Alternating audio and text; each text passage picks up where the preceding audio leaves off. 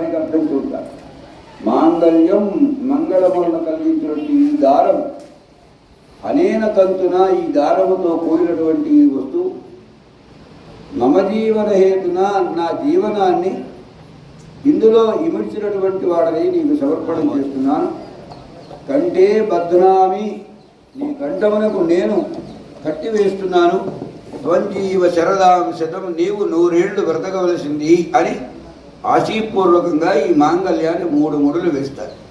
అంటే 3 ముడులు ఎందుకు, 4 వేయచ్చు కదా, 2 వేస్తే చాలా గట్టిగా ఉండదా? ఓ ప్రశ్న వేశాడు ఒక ఆయన. అంటే 3 ముడులకు 3 అర్థాలు చెప్పారు. మొన్న కళ్యాణ సందర్భం ఘట్టం చెప్పేటప్పుడు ఈ విషయాలు చెప్పాను. మళ్ళీ మరొకసారి ఇంకా ఆ రోజు రాని వాళ్ళు ఉంటారు కాబట్టి వాళ్ళకు తెలిసేందుకోసం మాత్రం మనవి చేస్తాను. అనన్య స్నిగ్ధత్వము, అనన్య భోగత్వము, అనన్య రక్షాత్వము